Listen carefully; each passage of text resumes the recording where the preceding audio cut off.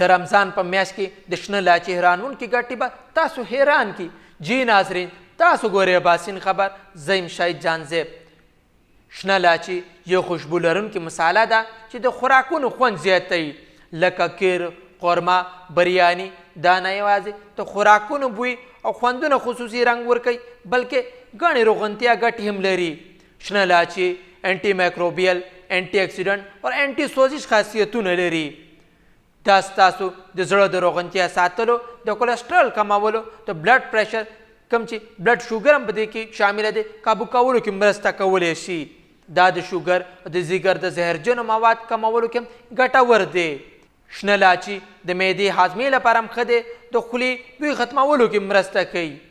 شنه لاچي د جسماني قوت د زیاتوالي لپاره هم استعمالیږي او د ډاکټرانو نسخې له مخې د دې چې څښل د اوږد عمر راز ګڼل کیږي.